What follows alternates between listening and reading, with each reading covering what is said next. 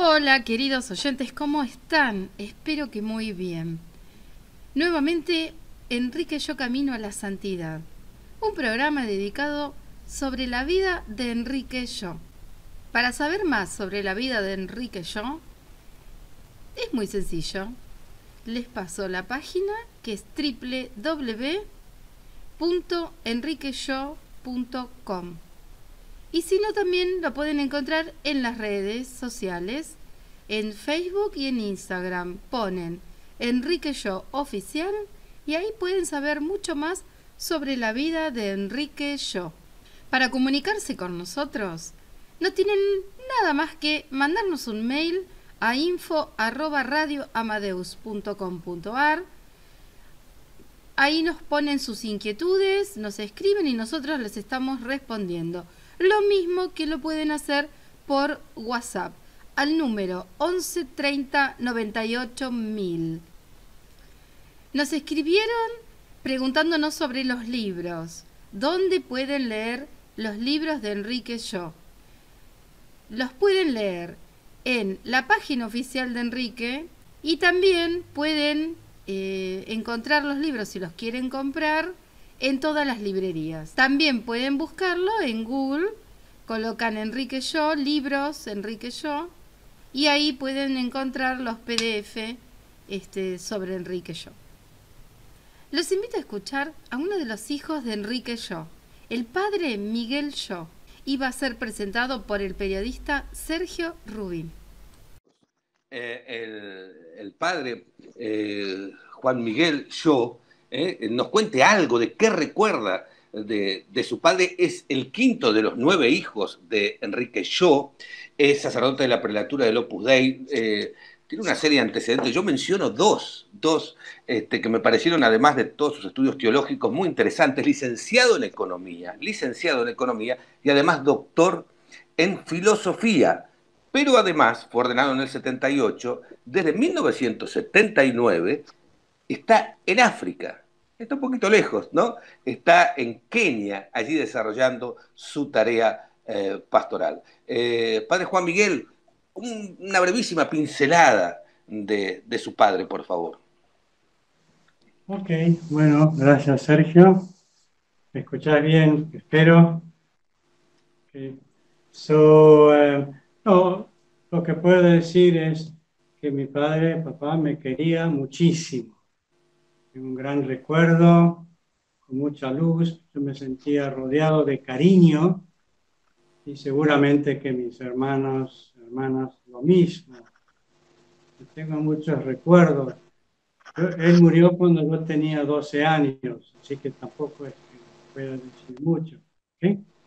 Los recuerdos son de chicos. Me acuerdo, por ejemplo, que los chicos tomamos el desayuno, él tomaba el suyo, no me acuerdo exactamente, y nos llevaba en coche a los colegios. Entonces yo iba a él y le pedía, él tomaba yogur, le pedía una cucharadita de yogur, puro goloso, entonces ponía un poco de miel, me daba una cucharadita, sin recuerdo, sin ninguna protesta. Oye, vas a comido, sos un glotón, no nada, tomá, y me iba. ¿Okay? Y después, me acuerdo en la playa, llevándome sobre sus hombros, metiéndonos en el mar, enseñándome a no tener miedo al mar.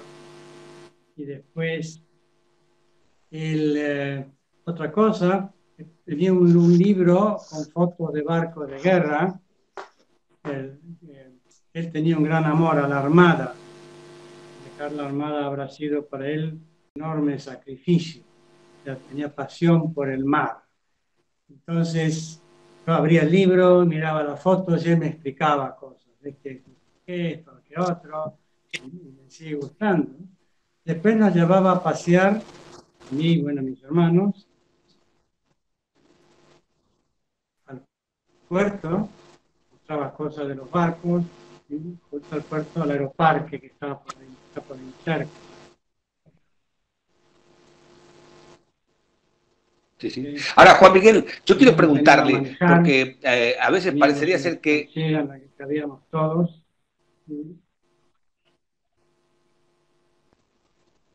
Sí, no, Juan Miguel, le quería preguntar, porque con 9 hijos y que además tenía una actividad empresarial muy intensa, pero también dicen que se ocupaba mucho de cada uno de sus hijos, ¿cómo hacía para compatibilizar toda esa tarea empresarial tan intensa y preocupado además por sus obreros, por cada uno de sus obreros y a la vez por su mujer y por sus 9 hijos? Yo no tengo idea cómo lo hacía, pero lo hacía. ¿De acuerdo? Él llegaba a casa a la tarde, anoche, tardecita, abría la puerta y hacía el silbido del bicho feo, ¿no? El canto del pájaro ese. Entonces todos salíamos corriendo a besarlo, a abrazarlo, y seguramente que poníamos una cara de angelito. No, yo soy muy bueno, no, hoy no hice nada malo, no me he peleado, pero no sé cómo lo hacía. Se ve que tenía un corazón muy grande, ¿no? Para hacer esas cosas. Y pienso que rezaba por nosotros también, ¿no? Ya eso no sé. Esos son recuerdos que con los años cobran más peso, ¿no es cierto? ¿Okay? Bien. Claro. Ahora, padre, ¿qué significa, qué va a significar para usted, porque seguramente va a ser declarado beato, va a ser proclamado santo, qué significa para usted como hijo y a la vez como sacerdote que su padre haya sido un santo? Bueno, eso lo dejamos al juicio de la Santa Sede, ¿no? Ya veremos. Pero yo me siento como protegido, ¿ok? Me protege mi padre, y rezando por mí desde el cielo, junto con mi madre, cuidándome, me sonríe desde el cielo. Right? Supongo que todos los padres y madres hacen lo mismo. Recientemente estuve pidiéndole un favor con la estampa por muchos años. Y recientemente salió, he estado notado su presencia, un favor enorme, me dejó lleno de alegría por 3 días. Okay. Y también como con un legado, ¿no? Una herencia, amor a la familia, amor a los chicos, al mundo del trabajo, al mundo de la empresa, que a veces la gente dice, estos empresarios, que se un poco con desprecio, ¿no? Tengo una idea clara de lo que debe ser, ¿no?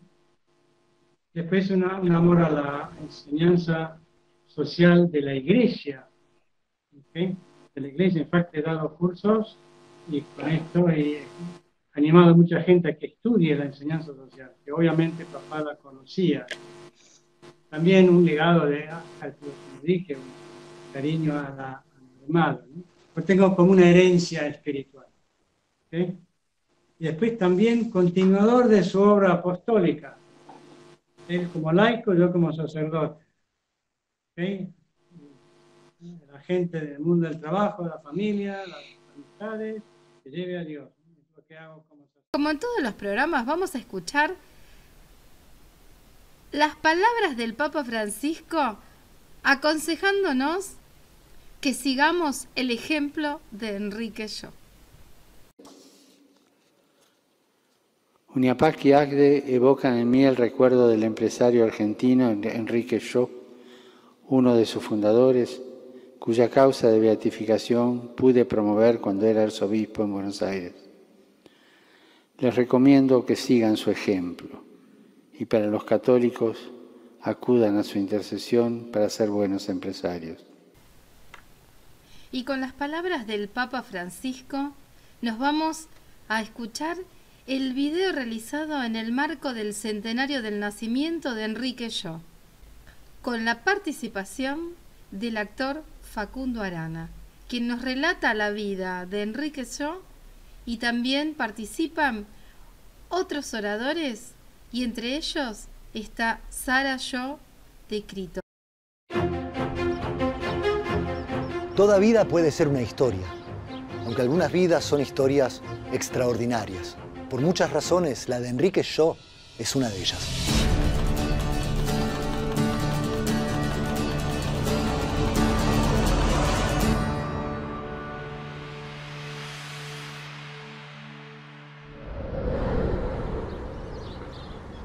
Enrique nació en París en 1921. pero creció aquí, en este entorno, cerca del Plaza Hotel que construyó su abuelo materno. Su mamá, Sara, murió cuando él tenía apenas 4 años. Pero antes de morir, pidió un último deseo, que Alejandro, su padre, le diera una educación en la fe católica.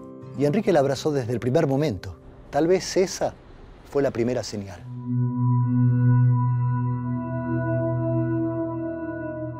Desde chico, teniendo una devoción eucarística, rezando y encomendándose a Dios, y yo creo que sin duda es por los genes de su madre y también su tío, el padre Adolfo Torkins, que era sacerdote salesiano. Enrique estudió en el Colegio La Salle de Buenos Aires, donde se destacó como un alumno sobresaliente, y a sus 14 años decidió ingresar en la Escuela Naval Militar. A su padre no le gustaba la idea de una carrera militar. Quería que su hijo se preparara para dirigir las empresas familiares. Pero Enrique tenía un objetivo. Quería fortalecer su carácter para cumplir una misión que intuía, aunque todavía no la tenía muy clara, y sentía que esa experiencia podía ayudarlo. En los cursos era un tipo destacadísimo, 2 o 3 años menos que los demás, y rápidamente lo superaba, era un tipo distinto. Enrique amaba leer, y un día en el verano de 1939, casi por casualidad, se cruzó con un libro que le cambiaría la vida. Un libro que hablaba sobre el rol y las responsabilidades del hombre cristiano. Todos los santos se adelantan a los tiempos, y creo que la doctrina social de la Iglesia iluminó a Enrique Shaw, el siervo de Dios, para plasmar su trabajo también como un compromiso social y de desarrollo y dignidad para todos.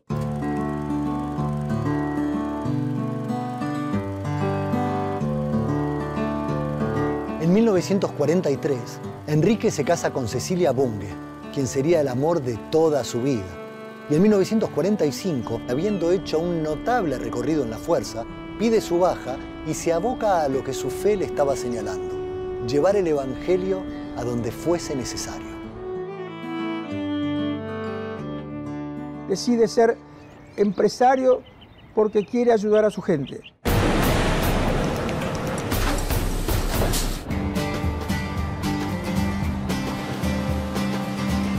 Entre estas mismas paredes y bajo este mismo techo, Enrique se pone un overol y aprende el oficio de la cristalería como un trabajador más. Pero no era un trabajador más. Estaba capacitado para ponerse al frente de la empresa y llevarla hacia un lugar mejor. Y así, paso a paso, escala posiciones y por mérito propio llega al cargo de gerente general. Un gerente singular que es muy exitoso en su gestión, pero que está siempre al lado de los trabajadores. Yo trabajé de muy joven en Cristalería Rigolo, entré a los 16 años. Cuando nos conocimos a nivel personal, vinculados también por una línea espiritual, pudimos discutir muchas veces. Pero él a su vez tenía un gran deseo de decir: la empresa tiene que ser una comunidad de personas. Él tenía una visión que dicen que es propia de los marinos. Se puede decir que en un barco todos navegan juntos, todos tienen que remar juntos. En los 16 años que él trabajó en Rigoló, impuso pautas de trabajo, vínculos relacionales en la empresa que fueron diferenciales. Enrique mismo promovía y era muy consciente que la innovación de la empresa muchas veces venía desde abajo, desde las mismas personas que estaban en el día a día de la fábrica, del proceso, de la máquina. Responsabilidad social empresaria, un término que se empezó a utilizar hace poco tiempo, ya era algo que estaba muy impregnado en su estilo de liderazgo. Enrique sentía que la empresa era una comunidad de vida, en la que todas las personas son importantes. Conocía a todos sus colaboradores, casi 4.000, y sabía escucharlos. Él dejaba la comodidad de su oficina para ir a los hornos, para ir a las plantas, sabía de su vida, de su familia, de los problemas que tenía, los escuchaba. Que un empleado esté feliz, para Enrique significaba, más allá de su rol como empresario, como su rol como cristiano, él se sentía realizado. Muchas veces se dice que era un místico de traje y corbata dirigiendo una empresa. Enrique fue un empresario que inspiró e incomodó. Pero no fue solo eso. También fue un gran hombre de familia, un pensador, un motor imparable que ayudó a poner en marcha la Universidad Católica Argentina, una enorme cantidad de emprendimientos sociales, y hasta fue uno de los fundadores de ACTE, la Asociación Cristiana de Dirigentes de Empresa, de la que además fue su primer presidente. Él fue el que logró que gran parte, sobre todo del mundo empresario, entendiera la importancia de desarrollar nuevos dirigentes de excelencia, pero que tengan una perspectiva y una dimensión cristiana y humana del sector privado. Un hombre que tenía 1000 ocupaciones y era capaz de ocuparse del problema de un obrero o de una cuestión concreta de la iglesia. Impulsó lo que fue en ese momento el decreto ley de asignaciones familiares. Sí, increíblemente fue un empresario. Y hasta estuvo preso por defender a la iglesia de los ataques del gobierno de entonces.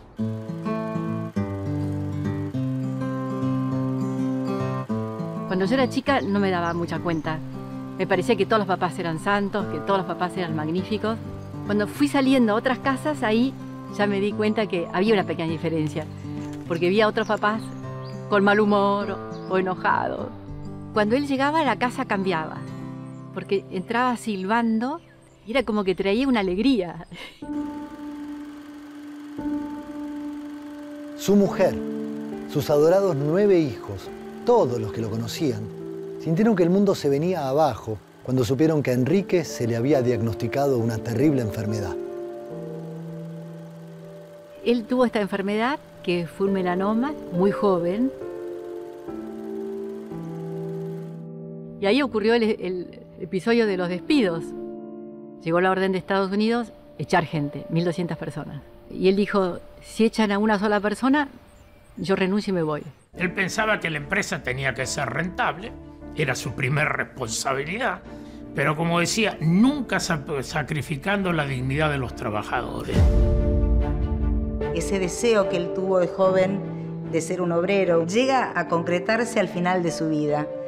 La máxima expresión de ese profundo cariño estuvo dado en el momento en que van a donar sangre para él. Más de 260 obreros que trabajaban para él donaron su sangre para tratar de ayudarlo. Pero su muerte, muy prematura, fue inevitable. Enrique había muerto, pero en ese mismo momento se estaba encendiendo una luz. En un remoto lugar del planeta estaba naciendo un empresario santo. Alguien que tenía un verdadero compromiso con el país, que consideraba el desempleo como un mal moral, que luchaba contra la corrupción porque sentía que era un fraude a la democracia, que ante las diferencias tendía puentes, aunque pudieran perjudicarlo, y que estaba convencido que sin justicia no podía haber paz. Alguien que no tenía superpoderes, pero tenía un propósito, y que a 100 años de su nacimiento nos sigue interpelando. En el año 2002, mi marido, a los 32 años, se enferma con un cáncer que no tenía solución y le daban muy poquitos meses de vida. Después de rezar a varios santos, conozco a Enrique Shaw a través de mi vecina, que me trae un recorte de diario. Este recorte habla que hay un empresario que necesitaría un milagro para ser beato, entonces decido hacer un trato con él. Mi mamá le pedía por favor que vuelva a casa, que nos vea crecer. Pasan los días, mi marido hacía 9 meses que no comía y empezamos a rezar y mi marido empieza a pedirme comer. Mi marido hacía ya más de un año que supuestamente se tendría que haber muerto y empieza a trabajar. Vivió 18 años más de los que los médicos decían que iba a vivir. Yo tengo la fe de que Enrique intervino en que mi papá nos pueda ver crecer, gracias a la cantidad de rezos y de peticiones que le hicimos en ese momento. Cuando la Iglesia pide un milagro, es como algo que trascienda lo meramente humano, donde no haya equivocación y el Santo Padre pueda decretar la canonización de esa persona, y ahí, sin lugar a dudas, comienza una causa con la fama de santidad. Mi papá mostró que se puede ser feliz buscando el bien. Se puede ser un empresario honesto, sensible y al mismo tiempo un buen padre de familia y un mejor ciudadano. El estilo de liderazgo de él estaba cimentado en valores humanos. Una vida ejemplar. Y que impactó muy positivamente sobre toda la gente que lo conoció. Pudo decir en sus últimas palabras que moría muy feliz porque podía por fin decir que había hecho felices a los demás. Como dicen las Escrituras, todos estamos llamados a ser santos. Claramente, Enrique escuchó.